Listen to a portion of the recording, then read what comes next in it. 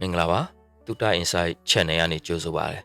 ေဒီနေ့ကျွန်တော်ပြပြပေးမယ့်အကြောင်းအရာကအလုပ်ရှာနေတဲ့သူတွေရဲ့ကိုယ့်ရဲ့ professional career ကို community တခုအနေနဲ့တည်ဆောက်ချင်တဲ့သူတွေအတွက်ကိုဒီကျွန်တော် Facebook သုံးသလိုပေါ့နော်သုံးလို့ရတဲ့ဒီ platform လေးတခုနဲ့မိတ်ဆက်ပေးချင်ပါတယ်အဲ့ဒါကတော့ LinkedIn လို့ခေါ်ပါတယ် LinkedIn အကြောင်းကိုတော်တော်များများလဲသိပြီးလောက်ပါပြီဒီအလုပ်လုပ်နေတဲ့သူတွေဆိုရင်သိလောက်တယ်တချို့မသိသေးတဲ့လူတွေကလည်းမသိသေးဘူးပေါ့လေအဲ့တော့ကျွန်တော်ဒီ LinkedIn နဲ့ပတ်သက်ပြီးတော့အကောင့်ဘယ်လိုဖွင့်မယ်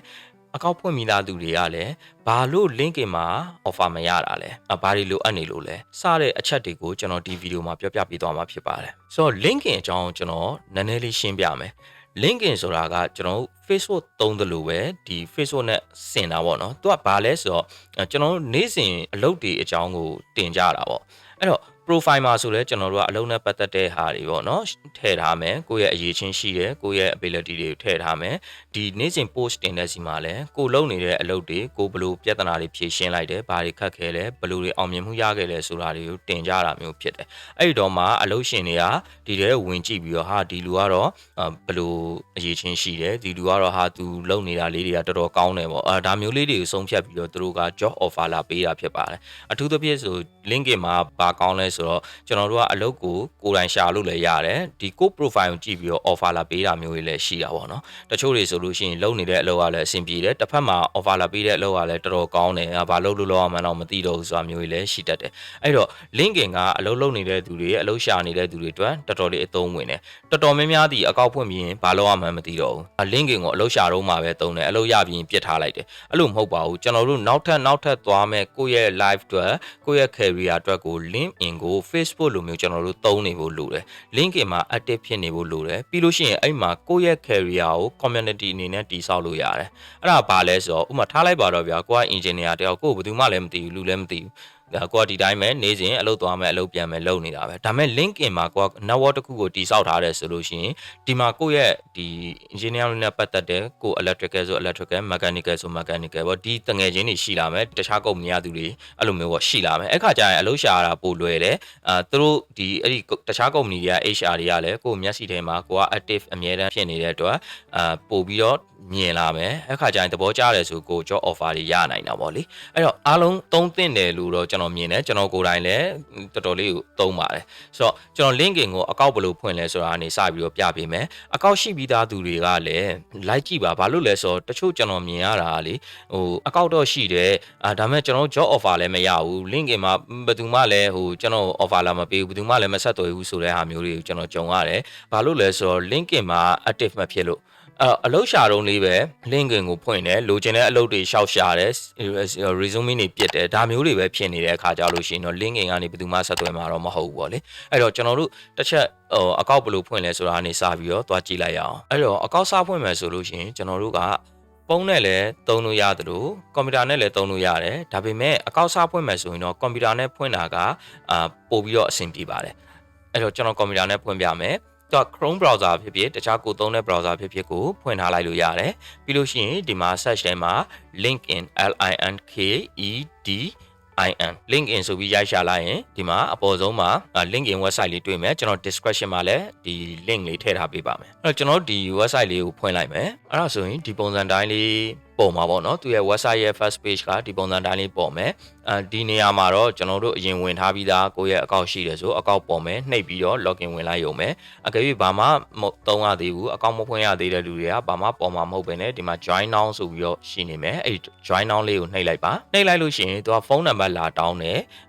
်ဒါမှမဟုတ်လို့ရှိရင် email နဲ့ဝင်မလားဆိုတာကိုဒီမှာလာမေးတယ်အဲ့တော့ကျွန်တော်တို့ကဒီမှာ join with email ဆိုတာလေးကိုနှိပ်လိုက်ဒါမှမဟုတ်လို့ရှိရင်လည်းကိုယ့်ရဲ့ Google account ရှိရင်ဒီမှာ Google account တစ်ခုခုကိုဝင်လိုက်လို့ရပါတယ်ကျွန်တော်က join with email ဆိုတာလေးကိုနှိပ်လိုက်မယ်Okay အဲ့မှာကျွန်တော်တို့ email address ထည့်မှာပေါ့နော် email address ထည့်မယ်ဆိုလို့ရှိရင်ကျွန်တော်အထူးမှာချင်တာကကိုယ့်နာမည်နဲ့ဖွင့်ထားတဲ့ email ကိုထည့်ပါအလုပ်ရှာမဲ့သူဖြစ်တယ်အလုပ်နဲ့ပတ်သက်တဲ့ community ကိုတည်ဆောက်မှာဖြစ်တဲ့အတွက်ကိုအလုပ်မှာသုံးမယ်ကိုတိကြမဲ့နာမည်မျိုးကိုထည့်တာပိုကောင်းတယ်ဥပမာemo ကောင်စိုးလေးတို့ဘာလို့ညာတို့ပေါ့နော်တည်တယ်မဟုတ်လားအဲ့လိုနာမည်မျိုးတွေ email မျိုးတွေကိုမထည့်ပါနဲ့အဲ့တော့ကျွန်တော်က email လိပ်စာတစ်ခုထည့်လိုက်မယ်အဲ့တော့ email လိပ်စာထည့်ပြီးသွားပြီဆိုလို့ရှိရင်ဒီမှာ password ကိုရွေးရမှာဖြစ်တယ်အဲ့တော့ဒီ password နေရာမှာကာစာလေးချလိုက်တာနဲ့သူကဒီမှာ password လာပေးတာပေါ့နော် ဒီ password ကိုပဲသုံးမယ်ဆိုရင်တော့ဓာတ်ပုံရိုက်ယူထားတာပဲဖြစ်ဖြစ် copy ကူးပြီးတော့မှတ်ထားတာပဲဖြစ်ဖြစ်လုပ်ဖို့လိုပါမယ်အကယ်၍အဲ့လိုမှမဟုတ်ဘဲနဲ့ကိုယ့်ရဲ့ own password ကိုရွေးချင်တယ်ဆိုရင်ဒီမှာ choose your own password ကိုရွေးလိုက်လို့ရပါတယ်အဲ့ဒါဆိုရင်တော့ဒီမှာကိုယ့်ရဲ့ own password ကိုရိုက်ထည့်လို့ရပါပြီ password ရိုက်ထည့်ပြီးပြီဆိုလို့ရှိရင်ဒီမှာ agree and join ဆိုတာလေးနှိပ်လိုက်ပါအဲ့ဒါဆိုလို့ရှိရင်ဒီမှာကိုယ့်ရဲ့နာမည်လာမေးတယ်နာမည်မှာ first name နဲ့ last name နဲ့ရေးရမယ်အဲ့တော့ဒီနာမည်မှာလည်းကျွန်တော်မှားချင်တာကအမေသားအလက်ကောင်တို့ emo ကောင်စိုးလေးတို့ lady pinky pussy ဘာညာစတဲ့နာမည်မျိုးတွေလုံးဝမထည့်ပါနဲ့ကိုယ့်ရဲ့နာမည်အရင်ကိုပဲထည့်ပါအဲ့တော့ကိုယ့်နာမည်ကကျော်စင်ထိုက်ဆိုလို့ရှိရင်ဒီမှာကျော်စင်အောက်မှာ last name နေရာမှာထိုက်ဒါမှမဟုတ်လို့ရှိရင်ဒီ first name နေရာမှာကျော်အောက်မှာစင်ထိုက်ကြိုက်တယ်လို့ရေးလို့ရတယ်ဒါမဲ့ကိုယ့်နာမည်အရင်ဒီ first name ရော last name ရောပေါင်းရင်ကိုယ့်ရဲ့နာမည်ဖြစ်နေဖို့လိုပါတယ်တခြားခုနကကျွန်တော်ပြောသွားတဲ့နာမည်မျိုးတွေမလုပ်ပါနဲ့အဲ့တော့ကျွန်တော်ကရှေ့ဗီဒီယိုမှာလည်း resume ပြင်ထားတဲ့အထဲမှာခင်ဆိုတဲ့အမည်နဲ့ကျွန်တော် resume တစ်ခုပြင်ထားတာရှိပါတယ်အဲ့တော့ကျွန်တော်ခင်ဆိုတဲ့နာမည်ကိုပဲသုံးလိုက်ပါမယ် okay အဲ့တော့ first name နဲ့ last name မှာကျွန်တော်ခင်ဆိုတော့အများကြီးတွေးကြမလို့ရိုက်ထည့်လိုက်ပြီဒါဒီကျွန်တော် nickname သုံးတာမဟုတ်ပါဘူးကျွန်တော် resume မှာခင်ဆိုတဲ့နာမည်နဲ့ resume ပြင်ထားတဲ့ tutorial လေးရှိပါတယ်ရှေ့မှာသွားကြည့်လို့ရပါတယ်အဲ့မှာလည်းအလုပ်ရဖို့တည်ကြတဲ့ resume ကိုဘယ်လိုပြင်မယ်ဆိုတဲ့ tutorial လေးကိုလည်းကျွန်တော်လုပ်ထားပေးတာရှိပါတယ်ဆိုတော့ continue ကိုနှိပ်လိုက်မယ် continue ကိုနှိပ်လိုက်ပြီဆိုလို့ရှိရင်ဒီမှာ security verification ဆိုတာပေါ်လာတယ်အဲ့တော့ဒီမှာဖုန်းနံပါတ်ဖြည့်ခိုင်းတာပေါ့နော်စင်ကူကလူဆိုလို့ရှိရင်ဒီမှာ +5 စင်ကူဖုန်းနံပါတ်ကိုရိုက်ထည့်မယ်အကယ်၍ကိုကမြန်မာနိုင်ငံထဲမှာရှိနေတယ်ဆိုရင်ဒီမှာ scroll down လေးကိုဒီမှာဆွဲချလိုက်လို့ရှိရင်မြန်မာဆိုတာကိုရှာလိုက်เนาะဒီမှာပါမြန်မာဆိုတာလေးကိုရှာလိုက်လို့ရပါတယ်မြန်မာဆိုလို့ရှိရင်ဒီမှာ +95 ပြောင်းသွားပြီတခုတတိပေးချင်တာကဒီမှာ39ဆိုပြီးတော့မရိုက်ပါနဲ့39ကိုနံပါတ်ပေါ့နော်9400တင်954နှစ်ဆိုဒီလိုပုံစံမျိုးမရိုက်ပါနဲ့အဲ့တော့39မပါပါဘူး +959 ပါပဲအဲ့ပုံစံမျိုးပဲရရမှာပါ။ဟိုမှာထိုင်းကလူတွေဆိုလည်းဒီမှာထိုင်းကုတ်ကြလာပြီလို့ရှိရင်ရှေ့က3ညမပါတော့ပါဘူးเนาะအဲ့တော့ကျွန်တော်ကတော့ single location ကိုပဲပြန်ရွေးလိုက်မယ်။ဟုတ်ပြီးပြီဆိုလို့ရှိရင် submit လုပ်လိုက်လို့ရပြီ။ ခွေ submit လုပ်လိုက်လို့ရှိရင်ကိုခုနရိုက်ထည့်ထားတဲ့ဖုန်းနံပါတ်တွေကို message တစ်စောင်ဝင်လာမယ်။ link ကနေပြီးတော့အဲ့တော့ကျွန်တော်အဲ့ကုတ်လေးကိုရိုက်ထည့်လိုက်မယ်။ Okay ပြီးရင် submit ထပ်နှိပ်လိုက်မယ်။ရပါပြီအဲ့တော့ဒီမှာ browser မှာ password ကို save မလားမင်းရင် save ခြင်း save မ save ခြင်း never ကိုနှိပ်လိုက်ကျွန်တော်ကတော့မေးတတ်တယ်လို့မို့လို့ save ထားလိုက်ပါမယ်ပြီးရင်ဒီမှာရသွားပြီเนาะ what's your location ဆိုလို့ရှိရင်ကျွန်တော်တို့က location ကိုရွေးမယ်မြန်မာဆိုရင်မြန်မာထိုင်းဆိုထိုင်းစင်ကာပူဆိုစင်ကာပူရွေးမယ်ပြီးရင် next ကိုနှိပ်မယ်အဲ့တော့သူကဒီမှာကျွန်တော်တို့စပြီးတော့အလုပ်လုပ်ရတော့မှာပေါ့နော်အစပြီးတော့ဒီပေါ်မှာအလုပ်လုပ်ရမယ်ဆိုလို့ရှိရင်သူကဒီမှာ most recent job title တဲ့အခုလက်ရှိလုပ်နေတဲ့ job title ကဘာလဲဆိုတော့မေးတယ်ဒါမှမဟုတ်လို့ရှိရင်ဒီနောက်ဆုံးထွက်ခဲ့တဲ့အလုပ်ရဲ့ job title ကဘာလဲဆိုတော့မေးတယ်အကယ်၍ဒီမှာကျောင်းသားဆို I am a student လို့ထည့်လိုက်ရင် click လိုက်လို့ရှိရင်အဆင်ပြေတယ်အဲ့တော့ကျွန်တော်တို့ကဒီမှာကိုနောက်ဆုံးအလုပ်ထွက်ခဲ့တဲ့အလုပ်ရဲ့ job title ကိုပြောပြရမှာဖြစ်တယ်အဲ့တော့ကျွန်တော်တို့ဒီမှာကျွန်တော်ပြင်ဆင်ထားတဲ့ CV ရှိတယ်ခင်ဆိုတဲ့အမျိုးသမီးတယောက်ရဲ့ CV ကိုပြင်ထားပေးတယ်အဲ့တော့သူရဲ့နောက်ဆုံးထွက်ခဲ့တဲ့အလုပ်မှာဘာ position နဲ့လုပ်ခဲ့လဲဆိုတော့ marketing admin and customer service ပေါ့နော်ဒါလေးကို copy ကူးပြီးတော့ထည့်လိုက်လို့ရတယ်အဲ့တော့ကျွန်တော်တို့လုပ်သွားတဲ့အလုပ်ဒီ page ကနေစပြီးလုပ်တဲ့အလုပ်မှန်များပြင်ဆင်ထားတဲ့ CV ကို resume ကိုကျွန်တော်တို့ကသွားပြီးတော့ reference လုပ်ပြီးတော့ပဲထည့်သွားမှာဖြစ်ပါတယ်တချို့နေရာတွေမှာကျွန်တော်တို့က AI အကူအညီယူရမယ်အဲ့တော့ resume ကိုဘယ်လိုပြင်ရမှန်းမသိဘူးဆိုလို့ရှိရင်ဒီ playlist ပေါ့နော် single အလုပ်ကိုင်နဲ့ပတ်သက်တဲ့ playlist တွေမှာကျွန်တော်ဗီဒီယိုနှစ်ခုရှေ့မှာလုပ်ထားပေးတာရှိတယ်အခြေခံ resume ဘယ်လိုလုပ်မယ်ဆိုတာနဲ့အလုပ်ရဖို့တည်ကြတဲ့ resume တစ်ခုဘယ်လိုဖန်တီးမယ်ဆိုတာရှိတယ်အဲ့ဒီဗီဒီယိုလေးတွေတွားပြန်ကြည့်လိုက်လို့ရပါတယ်ဆိုတော့ဒီမှာ marketing admin and customer service ဆိုတာကိုရွေးလိုက်တယ်နော်ရွေးပြီးလို့ရှိရင် employment type ကိုရွေးမယ်အဲ့တော့ employment type မှာကိုက full time လား part time လားဒါမှမဟုတ်ရင် self employed လားဆိုတော့ကျွန်တော် full time ကိုပဲရွေးလိုက်မယ်ပြီးလို့ရှိရင် most recent company နောက်ဆုံးထွက်ခဲ့တဲ့ company ကဘာလဲဆိုတော့ကျွန်တော်တို့ဒီမှာသွားပြီးတော့ကြည့်မယ်အဲ့တော့ကျွန်တော်တို့သူထွက်ခဲ့တဲ့company ကိုပဲသွားပြီးတော့ copy ကူးပြီးတော့ထည့်လိုက်မှာပေါ့နော်ဆိုတော့ရပြီအဲ့ဆိုလို့ရှိရင် continue လုပ်မယ်ကျွန်တော်တို့နောက်ပိုင်းလုပ်သွားသမျှဒီ resume ကိုပဲ reference လုပ်သွားမယ်အဲ့တော့သူက email ကိုကျွန်တော်ရဲ့ email ကိုလာပြီးတော့ကုတ်ပို့ပေးမယ်လို့ပြောတဲ့အတွက်ကျွန်တော် email မှာကုတ်လေးကိုတွက်စစ်လိုက်ပါမယ်ဒါဆိုလို့ရှိရင်ကျွန်တော်ကုတ်လေးထည့်လိုက်ပါပြီထည့်လိုက်ပြီးလို့ရှိရင်ဒီမှာ are you looking for a job လားတဲ့အဲ့ဒါဆိုလို့ရှိရင် yes လား no လားဒါမှမဟုတ်လို့ရှိရင်တခြားပေါ့နော် အလုပ်အတွက်စိတ်ဝင်စားတာမဟုတ်ဘူးလားပေါ့နော်သူကဘာလဲဆိုတော့ yes ဆိုရင်လက်ရှိ actively looking for a new job ဆိုတော့လက်ရှိအလုပ်ရှာနေတာဒါမှမဟုတ် not really but would consider to right opportunity ဆိုတာအလုပ်တော့ရှာမနေဘူးဒါပေမဲ့ opportunity ရှိရင်တော့အခွင့်အရေးရလို့ရှိရင်တော့ပြောင်းချင်းပြောင်းမှာပေါ့ဒါမှမဟုတ်လို့ရှိရင်အလုပ်အတွက်စိတ်ဝင်စားဘူးအဲ့လိုစသဖြင့်ပေါ့ကျွန်တော်ကတော့ဒီမှာ yes I'm actively looking for a new job ဆိုတာလေးကိုပဲရွေးထားလိုက်မယ်အလုပ်ရှာမဲ့သူတွေအတွက်ပြပေးတာမို့လို့ပြီးရင် next လေးကိုနှိပ်ပါဟုတ်ပြီအဲ့ဆိုလို့ရှိရင်ကျွန်တော်တို့ကဘယ် position နဲ့အလုပ်ရှာတာလဲပေါ့နော်အဲ့တော့ position ကိုထည့်မယ်ဆိုလို့ရှိရင်ကျွန်တော်တို့ကဒီ marketing admin and operation professional ဆိုတဲ့ဒီ marketing admin and customer service ပေါ့နော်သူက operation supervisor လဲလုပ်တဲ့အတွက်ကျွန်တော်တို့ကပေါင်းပြီးတော့ marketing admin and operation professional ဆိုပြီးတော့ရေးထားပေးရရှိတယ်အဲ့တော့ကျွန်တော်တို့ဒီ position လေးကိုပဲအရင်ဆုံးရွေးလိုက်မယ်ရွေးပြီးတော့ဒီမှာထည့်လိုက်မယ်နော်အဲ့ဆိုလို့ရှိရင် तू ကအနီးဆက်ဆုံးကျွန်တော်တို့ရေးထားတဲ့စကားလုံးနဲ့မဟုတ်ပဲနဲ့အနီးဆက်ဆုံးလာပြတယ် marketing operation specialist ဆိုတာမျိုးလာပြတယ်အဲ့ဒါကိုယူမှာလားပေါ့အကယ်၍အဲ့လိုမှမဟုတ်ပဲနဲ့ marketing supervisor လား marketing manager လားကိုယ့်ကိုကြိုက်တယ်လို့ထည့်ရေးလို့ရတယ်ကျွန်တော်တော့ဒါလေးကိုထပ်ပြီးတော့ရွေးလိုက်မှာပေါ့ပို့ပြီးအဆင်ပြေအောင်ဟုတ်ပြီအကယ်၍ကိုကတခြား position ရှိသေးရင်လည်းထည့်လို့ရတယ်ကိုနောက်ထပ်ရှာချင်တဲ့ position ပေါ့နော်ဥပမာ okay sales and marketing representative ဆိုပြီးတော့ရှာမယ်ဆိုလဲထပ်ပြီးတော့ထည့်လို့ရတယ်အဲ့ဒါဆိုလို့ရှိရင်ကိုရှာခြင်းတဲ့ position တွေကိုအောက်မှာတစ်ခုပြီးတစ်ခု add on လုပ်သွားမှာပေါ့နော်အဲ့တော့ကျွန်တော်တို့ကကိုကဘယ်လို position တွေကိုကြည့်နေလဲဆိုပြီးတော့တစ်ခုချင်းစီကို position တွေကိုရိုက်ထည့်သွားလို့ရတယ်နော်ပြီးလို့ရှိရင် location ကခင်ဗျဗမာရှာမှာလဲဆိုလဲ location ပေါ့နော်ဥပမာစင်ကာပူမှာရှာမယ်ဆိုလို့ရှိရင်စင်ကာပူ location ထည့်လိုက်မြန်မာမှာရှာမယ်ဆိုလို့ရှိရင်မြန်မာကိုထည့်ပေါ့နော်အဲ့တော့ဒီမှာစင်ကာပူမှာဆိုလဲ तू ကလာမေးတယ်ဘယ်လိုနေရာမျိုးတွေလဲဘာညာပေါ့နော်ဒီတော့မလားဒီ postal code တွေလာပြတယ်ဘာမှမရွေးနဲ့စင်ကာပူတစ်ခုလည်းရွေးမြန်မာဆိုလဲမြန်မာတစ်ခုလည်းရွေးအကယ်၍ကိုကစင်ကာပူထိုင်းလဲမြန်မာ၃ခုရှာနေတယ်ဆိုလို့ရှိရင်မြန်မာပေါ့နော်ဒါမှမဟုတ်ရင်ထိုင်းလန်အဲ့လိုမျိုးရွေးလို့ရတယ်ဥပမာ Australia New Zealand ကြိုက်တယ်လို့ထည့်သွားလို့ရတယ်เนาะဆိုတော့ဒီမှာကျွန်တော်ကိုကြိုက်တဲ့နိုင်ငံတွေထည့်ဥပမာ Netherlands တို့ Australia တို့ဘာလို့ကြိုက်တယ်လို့ထည့်လို့ရတယ်ပြီးလို့ရှိရင် I am open to remote work ဆိုတာကိုလည်း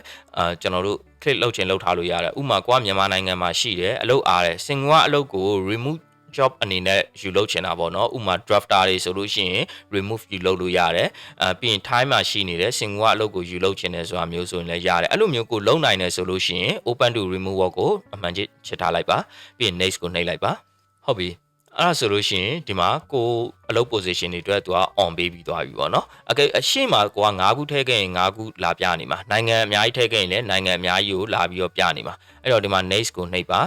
ဒီမှာသူဗာမေးလဲဆိုတော့ last recruiter know you are open to new job တဲ့သူကဘာလဲဆိုတော့ဒီအလုပ် agency တွေပေါ့နော် agency တွေကနေပြီးတော့တဲ့မင်းအလုပ်ရှာနေတယ်ပေါ့နော် open to new job ဖွင့်ထားတယ်ဆိုတော့အသိပေးစီခြင်းလားဆိုတော့online ပေါ့နော်အကယ်၍ကိုကအလုပ်ရှင်နဲ့ဒါရိုက်ပဲချိန်ချင်တယ် recruiter တွေကိုရဲ့ message ပေါက်တယ်ကိုမလာစေချင်ဘူးဆိုလို့ရှိရင် off ထားလိုက်လို့ရတယ်ကျွန်တော်ကတော့ on ထားပေးလိုက်မယ် next ကိုနှိပ်ပါဒါကတော့သူကဖုန်းကင်မရာနဲ့scan ဖတ်လိုက်လို့ရှိရင်ဖုန်းထဲမှာကျွန်တော်တို့ LinkedIn apps ကိုတခါတည်းသွားယူလို့ရတာပေါ့လေdownload ဆွဲကြ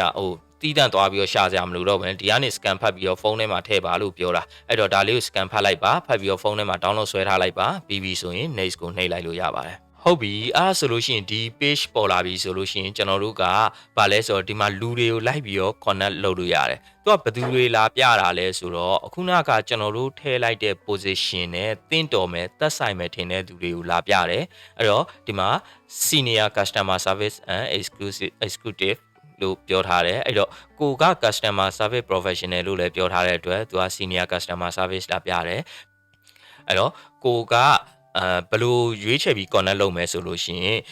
ဒီ profile လေးကိုကြည့်ပြီးတော့ရုပ်ချောတဲ့သူကိုရွေးပြီးတော့ connect လုပ်တာမဟုတ်ပါဘူးเนาะကျွန်တော်တို့ကသူတို့ရဲ့ယာတူကိုကြည့်ပါယာတူကိုကြည့်ပြီးတော့ကိုအလုပ်ခံနိုင်မဲ့သူဒါမှမဟုတ်လို့ရှိရင်ကိုရဲ့ position နဲ့တူတဲ့သူမျိုးတွေကိုလိုက်ပြီးတော့ရွေးချယ်ပါဆိုတော့ကျွန်တော်အဲ့လိုရွေးလိုက်ပြီပေါ့ဗျာရွေးလိုက်ပြီးဆိုလို့ရှိရင်ကြိုက်တော့ရွေးလို့ရတယ်ကျွန်တော်တို့ကเนาะဒီမှာအများကြီးကိုအချိန်ပေးပြီးတော့ရှာပြီးတော့ရွေးပါကိုနဲ့တင်တော်မယ်ကိုအလုပ်ခံနိုင်မဲ့သူတွေအချိန်ပေးပါရှာရွေးပါနှစ်ခုသုံးခုလောက်ရွေးပြီးတော့ထွက်သွားတာမျိုးမလုပ်ပါနဲ့တေချာလေးရွေးပါနောက်တစ်ခုကကျွန်တော်ပြောချင်တာ open to work ဆိုတဲ့ဒီမှာဘန်နာလေးပါတယ်အဲ့ဘန်နာလေးပါတဲ့လူတွေကကိုယ်အလုပ်ခန့်နိုင်မဲ့လူမဟုတ်ဘဲနဲ့ကိုယ်လိုပဲအလုပ်ရှာနေတဲ့လူဖြစ်ပါတယ်အဲ့တော့ဒါကကိုသူတို့ connect လုပ်ချင်လို့မလုပ်ချင်နေဒါပေမဲ့ဒါတွေကကိုယ်လိုပဲအလုပ်ရှာနေတာခင်ဗျားတို့ရဲ့ profile မှာလည်း open to work ဆိုပြီးတော့ပေါ်နေပါလိမ့်မယ်ဘာလို့လဲဆိုတော့ကျွန်တော်က currently active to looking for the job ဆိုတာလေးကို on ထားခဲ့လို့ဖြစ်ပါတယ်အဲ့တော့ပြီးရင် next ကိုနှိပ်မယ်ဒီဟာကတော့လူမဟုတ်တော့ဘူး company တွေဖြစ်ပါတယ်အခုနကထည့်လိုက်တဲ့ position job industry နဲ့သက်ဆိုင်တဲ့ company တွေကိုလာပြပေးတာဖြစ်ပါတယ်ဒီမှာကတော့ဗျာ Wall of Electrical ဆိုတဲ့ electrical company ဖြစ်နေမယ်ဒါပေမဲ့သူတို့မှာလည်း sales and marketing လိုချင်လို့နေမှာ customer service လိုချင်လို့နေမှာအဲ့တော့ဒီလို position တွေနဲ့သက်ဆိုင်တဲ့ job company တွေကိုလာပြတယ်အဲ့တော့ကိုကဒီမှာတင့်တော်တဲ့ company တွေကို follow လုပ်ထားဖို့လိုတယ်ပြီးလို့ရှိရင် next ကိုနှိပ်လိုက်ပါဒီဟာကကျွန်တော်တို့ကိုသူကဘာလာပြောတာလဲဆိုတော့နေ့စဉ်ဒီလို game မျိုးကိုကစားကျင်လားဆိုပြီးတော့လာပြောတယ်ပေါ့နော်ကျွန်တော်တို့ဒါလေးကိုမကစားချင်ဘူးဆို offline ပါကျွန်တော်ကတော့ offline ပဲပြီးရင် continue လုပ်လိုက်ပါမယ်ဟုတ်ပြီဒါဆိုလို့ရှိရင်ကျွန်တော်တို့ profile ကြီးပေါ်လာပြီเนาะပေါ်လာပြီဆိုတော့ပြင်စရာရှိတာလေးပြင်မယ်ပြီးလို့ရှိရင်ပုံလေးတွေထည့်မယ်အဲ့တော့အရင်ဆုံးကျွန်တော်ပုံကိုကျွန်တော်ပြောချင်တယ်ပုံကselfie ဆွဲထားတာမျိုးတွေ group photo မျိုးတွေမထည့်ပါနဲ့အဝတ်စားကိုတတ်တတ်ရက်ဝတ်ထားပြီးတော့ပြုံးနေတဲ့ပုံလေးထည့်ပါအလုပ်ရှင်ကသူ့ပြုံးပြီးကြည့်နေမှာပဲကြိုက်ပါပါဆိုတော့ကျွန်တော်ပုံလေးတစ်ခုကိုထည့်လိုက်မယ်အဲ့တော့ပုံထည့်မယ်ဆိုကျွန်တော်စကားများနေတာနဲ့ပြဖို့မိသွားဒီမှာ plus sign လေးကိုနှိပ်ပြီးလို့ရှိရင်use a camera မဟုတ်ဘဲနဲ့ upload photo ကိုနှိပ်ဘာလို့ဆိုတော့ခင်ဗျားတို့အပြင်မှာပဲပုံရိုက်ထားပြီးတော့ဒီမှာလည်းထည့်ပါဒီကနေကွန်ပျူတာကနေကင်မရာကြီးနဲ့တခါလေးရိုက်ပြီးတော့မထည့်ပါနဲ့ဥပမာဒီလိုပုံမျိုးပေါ့နော်ဒီလိုပုံလေးကိုအမှကျွန်တော်တို့လိုအပ်တယ်လို့ရွှေ့တာပါညာလို့ကျွန်တော်ကတော့ခေါင်းအပြည့်နဲ့ဒီပခုံးလေးထိပါတာမျိုး position လေးကိုရွေးပါ okay ကျွန်တော်တို့အကယ်၍ပုံကအရန်ဝေးနေတယ်ဆိုလို့ရှိရင်ဒီမှာ zoom ဆွဲထုတ်လိုက်လို့ရပါတယ်ဆွဲပြီးတော့ဒီလိုပြလို့ရပါတယ်မများဖြစ်တော့ passport ပုံဆိုလို့ရှိရင်ဒီလောက် size ကအဆင်ပြေတယ်ပုံကစောင်းနေတယ်ဆိုရင်ဒီမှာ straight တန်းမှာလာပြီးတော့ပုံကိုတဲ့တာမျိုးပါညာပြန်လုပ်လို့ရပါတယ်ပြီးလို့ရှိရင်တော့ save photo လုပ်လိုက်လို့ရပါပြီ okay ဒါဆို profile ရသွားပြီပြီးရင်အနောက်မှာ cover photo ဆိုတာရှိသေးတယ် cover photo ကိုသူပေးထားတဲ့ဒီမှာ gray ဖြစ်နေတဲ့ blank အတိုင်းကိုမထားပါနဲ့အဲ့တော့ကျွန်တော်တို့ cover photo လေးကိုဘယ်လိုပုံစံမျိုးနဲ့ထည့်မယ်ဆိုတဲ့ tips တွေကိုပြောပြမယ်ကိုက marketing admin and customer service လို့ပြောထားရင်သူနဲ့သက်ဆိုင်တဲ့ပုံလေးကိုထည့်ပေးပါအဲ့ဒီတော့မှကိုဒီအလုပ်ပေါ်မှာစိတ်ဝင်စားကြအောင်ဒါကိုဘယ်လောက်ထိဒီကိုအလုံးနဲ့သက်ဆိုင်တဲ့ဒီ platform ဒီ social media ကိုဘယ်လောက်ထိအလေးထားကြအောင်ဆိုတာကိုသူတို့ကိုဖော်ပြပြီးသားဖြစ်မှာပါအဲ့တော့ဒီပုံမှာဘာထည့်ရမှန်းမသိဘူးဆိုလို့ရှိရင် Canva ကိုသွားလိုက်ပါ Canva ကိုဖွင့်လိုက် Canva ကိုဖွင့်ပြီးလို့ရှိရင် Canva မှာသွားပြီးလုပ်လို့ရပါတယ် Canva ဘယ်လိုသုံးရမလဲမသိဘူးဆိုလို့ရှိရင်ကျွန်တော်ရဲ့ Canva tutorial playlist ထဲမှာသွားပြီးတော့အခြေခံအနေစားပြီးတော့ lesson 1မှာသွားကြည့်လို့ရပါတယ်အဲ့တော့ကျွန်တော်တို့လောလောဆယ်ပြပေးရရင် Canva ကိုဖွင့်လိုက်ဖွင့်ပြီးလို့ရှိရင်ဒီမှာ template ခေါ်လိုက်ဒီ your design page မှာ template ဆိုတာလေးရှိတယ်အဲ့မှာ nked link in cover လို့ရိုက်ရှာbanner ပေါ့နော်ဒီမှာ link in banner ဆိုတာရှိရ link in လို့ရိုက်လိုက်တာနဲ့ link in banner ပေါ်လာမယ်မပေါ်လို့ရှိရင်လည်း link in banner ဆိုပြီးရိုက်ရှာလိုက်လို့ရတယ်အဲ့တော့ဒီမှာ link in banner template လေးကိုရွေးဒါမှမဟုတ်ရင်ဒီမှာ link in banner template for marketing and customer service ဒီလိုရိုက်လိုက်မယ်ဆိုလို့ရှိရင်လည်းကိုယ်နဲ့သက်ဆိုင်တဲ့ banner လေးတွေအများကြီးကြာလာပါမယ်အဲ့မှာရွေးချယ်စရာမကုန်အောင်ရွေးလို့ရတယ်အဲ့တော့တစ်ခုရွေးလိုက်ပေါ့ဥပမာဒါဆိုလို့ရှိရင်ရွေးလိုက်လို့ရှိရင်ဒီမှာ customize template ဆိုတာရှိတယ်ဟုတ်ပြီအဲ့ဆိုလို့ရှိရင်ဒီမှာကိုယ့်ရဲ့ဖုန်းနံပါတ်ပေါ့နော်ကျွန်တော်ခုနခင်လို့ပြောထားတဲ့အတွက်ခင်လို့ရိုက်လိုက်မယ်ပြီးလို့ရှိရင် marketing ခုနဘယ်လိုလဲကျွန်တော်ထည့်ထားတာ marketing admin and operation professional နော်ဒါလေးကို copy ကူဒီမှာလာပြီးတော့ထည့်လိုက်လို့ရပါတယ်โอเคအဲ့လိုကိုရေးတာများလို့ဒီလိုလေးနှစ်ကြောင်းလောက်ဖြစ်သွားရင်ဒီဘက်ကိုဆွဲလိုက်ပါတစ်ကြောင်းနဲ့ဖြစ်အောင်ဒီလိုလေးဆွဲလိုက်ပါအဲ့ဆိုရင်ရပြီဒီမှာကိုယ့်ရဲ့ဖုန်းနံပါတ်လေးကိုပြင်နော်ပြီးလို့ရှိရင်ဒီမှာ email address လေးကိုပြင်ပြီးလို့ရှိရင်ဒီမှာ website ရှိရင် website ကိုယ့်ရဲ့ website မရှိဘူးဆိုလို့ရှိရင်ဒါလေးကိုဖြုတ်ထားခဲ့လို့ရပါတယ်เนาะကျွန်တော်ကတော့ဒါလေးကိုဖြုတ်ထားခဲ့လိုက်မယ်โอเคရပြီအဲ့ဒါဆိုလို့ရှိရင်ဒီမှာ share button လေးကိုနှိပ်ဒီမှာ download ဆိုတာလေးရှိတယ် png file နဲ့ပဲ download ဆွဲလိုက်ပါအထူးသတိပြုဖို့မှာကျင်တာကတော့ template ရွေးချယ်မယ်ဆိုလို့ရှိရင် ဒီမှာပေါ့ template ရွေးချယ်မယ်ဆိုလို့ရှိရင်စပြီးရွေးတယ်ဟာဒီ crown ပါတာလေးတွေကိုမရွေးပါနဲ့ကိုက free သုံးတယ်ဆိုလို့ရှိရင်ပေါ့နော် crown ပါတာလေးကိုမရွေးနဲ့ဒီမှာ crown မပါတဲ့ free လေးကိုရွေးပေါ့နော်โอเคကိုကတော့ premium version သုံးတယ်ဆိုရင်တော့ကြိုက်တာရွေးလို့ရပါတယ် crown ပါတာကကြတော့ပတ်စံပေးရတာပါကျွန်တော်ကတော့ premium version သုံးတဲ့အတွက်ကြိုက်တာကိုရွေးလို့ရပါတယ်ဆိုရပြီကျွန်တော် download ခုနဆွဲပြီးသွားပြီဆိုဒီပေါ်မှာ camera ပုံလေးရှိရဲအဲ့ဒါလေးကိုနှိပ် add cover image ဆိုတာလေးကိုနှိပ်ပြီးလို့ရှိရင်ဒီ upload photo ဆိုတာနှိပ်တကယ်ကတော့ကိုဘာမှရွေးချယ်ထားတာမရှိဘူးမပြင်ထားဘူးဆိုလို့ရှိရင်လည်းဒီမှာသူပေးထားတာမျိုးတွေတော့ရှိတာပေါ့လေဒါပေမဲ့ကျွန်တော်တို့ကတကယ်အလုပ်ရှာနေတယ်ဆိုရင်တော့ကိုအလုံးနဲ့သက်ဆိုင်ပြီးတော့ကိုနဲ့ဓာတ်ရိုက်သက်ဆိုင်တဲ့အရာမျိုးရွေးတာပိုကောင်းပါတယ်အဲ့ဒါဆိုလို့ရှိရင်ဒီမှာပေါ်လာပြီကိုယ့်ရဲ့နာမည်လေးနဲ့ပေါ့ဗျာဒီလိုလေးပေါ်လာပြီအဲ့ဒါဆိုလို့ရှိရင်ဘာဖြစ်လဲဆိုတော့ impression လေးကောင်းတာပေါ့ဗျာရပြီเนาะအဲ့ဒါဆိုလို့ရှိရင် profile picture ရပြီဒီမှာ banner ရပြီနာမည်ရပြီကျွန်တော်အရေးကြီးဆုံးအချက်တစ်ချက်ပြောပြမယ်အဲ့ဒါဘာလဲဆိုတော့ဒီမှာခင်ဆိုတဲ့နာမည်အောက်မှာပေါ်နေတယ်ကိုယ့်ရဲ့ position မှာကိုက Fluxing engineer တယောက်ဖြစ်ပြီးတော့ electrical engineer at ဘယ် company ဆိုပြီးတော့ရေးလိုက်တယ်ရတယ်ဒါပေမဲ့ကိုဒီဘာလုပ်တယ် electrical engineer လဲ construction လား industrial ဘိုင်းမှာလုပ်တာလား building maintenance လုပ်တာလားဒါမှမဟုတ်လို့ရှိရင်ဒီတင်မောချင်းမှာလုပ်တာလားစတဲ့ကိုယ့်ရဲ့တိကျတဲ့ဟာတစ်ခုပေါ့နော်ဥပမာ ship electrical engineer ဒါမှမဟုတ်ရင် construction electrical engineer high voltage electrical engineer building maintenance electrical engineer စတဲ့ဟာမျိုးကိုရေးထားမယ်ဆိုလို့ရှိရင်ကိုနဲ့ဓာတ်ရိုက်သက်ဆိုင်တဲ့သူတွေကကိုရဲ့ဒီအလုပ် position ကိုကြည့်ပြီးတော့ကိုယ်ဓာတ်ရိုက်အလုပ်လာခေါ်လို့ရတာပေါ့နော်ဥပမာကိုက electrical engineer ပဲရေးထားတယ်သူတို့လိုတာက building and maintenance နော်ပြီးလို့ရှိရင် construction engineer လိုတာအဲ့တော့ကိုက electrical engineer ပဲရေးထားတယ်ဘာမှလည်းမသိဘူးဆိုဘယ်အလုပ်ရှင်ကမှတကူးတကကိုရဲ့ profile နဲ့ကိုဝင်ကြည့်မှာမဟုတ်ပါဘူးအဲ့တော့ကိုရဲ့ profile ကိုဝင်ကြည့်ခြင်းအောင်သူတို့ကိုမင်းတို့ရှာနေတဲ့လူနဲ့ဒီ position နဲ့ကကြိုက်ပါတယ်ဒီမှာဝင်ကြည့်ပါဆိုပြီးလက်ရက်ခေါ်မှသူတို့ကဝင်ကြည့်မှာဖြစ်ပါတယ်အဲ့တော့သူတို့ဝင်ကြည့်ခြင်းအောင်ကိုရဲ့ position ကိုအတိအကျရေးထားဖို့လိုပါတယ်အဲ့တော့ဒီနာမည်အောက်မှာပေါ်နေတဲ့ဒီအခုနကကျွန်တော်တို့ရဲ့ဒီ recent position ဆိုပြီးကျွန်တော်ဖြည့်ခဲ့တယ်လေအဲ့ဒီဟာလေးကအရန်အရေးကြီးပါတယ်ပြီးစလွယ်မဖြည့်ပါနဲ့အကယ်၍ဒါကိုကပြီးစလွယ်ဖြည့်ထားခဲ့လို့ပြီးစလွယ်တော့မဟုတ်ဘူးเนาะကျွန်တော်ဒီတိုင်းပြောတာဟိုအဆင်ပြေသလိုဖြည့်ထားခဲ့လို့ပြင်ကျင်တယ်ဆိုရင်ဒီမှာခဲတန်းပုံလေးရှိပါတယ်အဲ့ဒါလေးကိုနှိပ်ပါနှိပ်ပြီးလို့ရှိရင်တော့နာမည်ပြင်ကျင်လဲပြင်လို့ရတယ်ပြီးတော့နာမည်ထပ်ဖြည့်ခြင်းဖြည့်ပြီးလို့ရှိရင်ကိုဒီမှာဘယ်လို pronounce ကိုဘယ်လိုသုံးခြင်းလဲရှီလားဟာလားဟီလားဟင်းလားပေါ့နော်အမဒါဆို main ကလေးဆိုရှီဟာလို့သုံးလိုက်မယ်ပြီးလို့ရှိရင်ဒါကို hotline လို့ခေါ်တယ်အခုနကကျွန်တော်ဖြည့်ခဲ့တာကို hotline လို့ခေါ်တယ်ဒီ hotline လေးကိုကိုကစိတ်ကြိုက်ပြန်ပြင်ပေးလို့ရတယ်အခုနကတော့ကျွန်တော်ကတေချာလေးထည့်ခဲ့တယ်ဆိုတော့မပြင်တော့ဘူးဥမာမိတ်ဆွေတို့ကတေချာလေးကိုရဲ့ position state မလုပ်ထားဘူးဆိုရင်ဒီမှာပြင်လို့ရပါတယ်เนาะအကယ်၍ premium သုံးထားတဲ့သူတွေဆို AI နဲ့ suggest လုပ်လို့ရပါတယ်ပြီးလို့ရှိရင်ဒါ headline မှာပေါ်တယ် current position မှာပြီးလို့ရှိရင်ဒီအောက်မှာဘယ် industry လဲပေါ့နော်ကိုက retail industry လား wholesale industry လား service industry လားဆိုတာကိုဖော်ပြလို့ရတယ်အဲ့ဒါကိုဘာကိုပြောတာလဲဆိုတော့အခုနကမိတ်ဆွေဖြည့်ခဲ့တဲ့ marketing admin customer service ဆိုတာကလုပ်ငန်းကဘာလုပ်လဲ retail လုပ်တာလားဒါမှမဟုတ် wholesale လုပ်တာလား customer service လား hotel လားเนาะဘလို့ industry မှာလောက်တာလဲပေါ့ဗျာ marketing ကအမျိုးမျိုးမှရှိတာပေါ့အဲ့တော့ကျွန်တော်တို့ကservice လို့ရေးလိုက်မယ်ဒါမှမဟုတ်လို့ရှင် service လို့ရေးလိုက်ရင်ဒီမှာကိုကဘယ် service တွေမှာလောက်တာလဲ IT service လား financial လားเนาะ customer service လားအဲ့လိုမျိုးပေါ့เนาะလာမေးတဲ့အချိန်မှာကိုနဲ့တင့်တော်တဲ့ဟာတခုရွေးပေါ့เนาะအဲ့မှာ information service ကိုပဲကျွန်တော်ရွေးထားလိုက်မယ်လောလောဆယ်မှာပြီးလို့ရှိရင်ဒီမှာ location postal code ကိုဘယ်မှာနေတာလဲပေါ့နော်ကိုနေနေတဲ့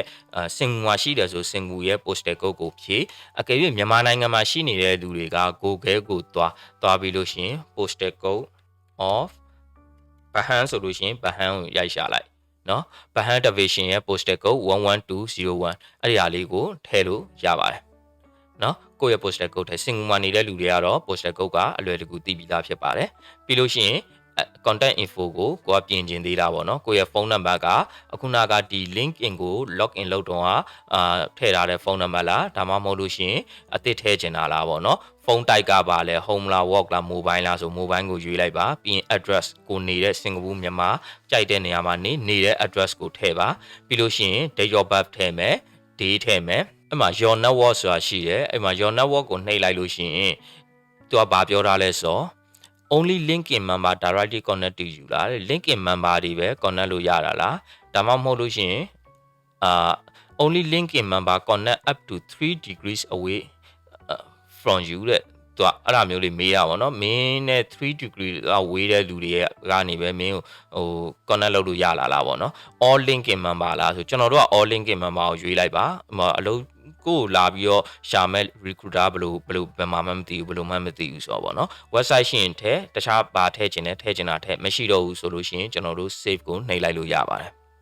Okay အဲ့ဒါဆိုလို့ရှိရင်ကျွန်တော်တို့ဒီတစ်ပိုင်းလုံးအတွက်နာမည်ရယ်ပုံရယ်ပြီးလို့ရှိရင်ကိုယ့်ရဲ့ position တွေရယ် contact info တွေအားလုံးကိုအလုပ်ရှင်ကဆက်သွယ်လို့လွယ်အောင်ပြင်ပြီးသွားပြီဖြစ်ပါတယ်ဒီအောက်မှာတော့ experience တွေ education တွေ skill တွေကိုစိတ်ဝင်စားတဲ့အရာတွေထပ်ပြီးတော့ဖြည့်ရမှာဖြစ်ပါတယ်ဒီနေ့မှာတော့ကျွန်တော်ဒီဗီဒီယိုလေးအရင်ရှေ့သွားမှာဖြစ်တဲ့အတွက်ဒီတစ်ပိုင်းကိုပထမပိုင်းအနေနဲ့ပဲကျွန်တော်ရပ်ပြရစီနောက်ရက်မှာကျွန်တော်နောက်ထပ်ဒီမှာအောက်မှာဒီ education တွေ skill တွေကို AI အကူအညီနဲ့ကျွန်တော်တို့ဘယ်လိုကြည့်ကောင်းအောင်ရေးကြမယ်ဆိုတာကိုကျွန်တော်ပြပေးမယ်ပြီးလို့ရှိရင်ဒီ account တစ်ခုရသွားပြီဆိုလို့ရှိရင်ကိုကအလုပ်ကို position တွေပြောင်းပြီးရှာဖို့ပဲဖြစ်ဖြစ်တခြားထပ်ပြီးတော့ရှာဖို့ပဲဖြစ်ဖြစ်အလုပ်ကိုဘယ်လိုရွေးချယ်ရမလဲဘယ်လိုရှာရမလဲပြီးလို့ရှိရင်ဒီမှာရှိလာတဲ့ရလာတဲ့အလုပ် offer တွေကိုဘယ်လို apply လုပ်ရမလဲဆိုတာကိုထပ်ပြီးတော့ပြောပြသွားမှာဖြစ်တဲ့အတွက်ကျွန်တော်ရဲ့ channel လေးကို like and subscribe လုပ်ထားပေးဖို့အတွက်မမေ့ပါနဲ့အားလုံးကျေးဇူးတင်ပါတယ်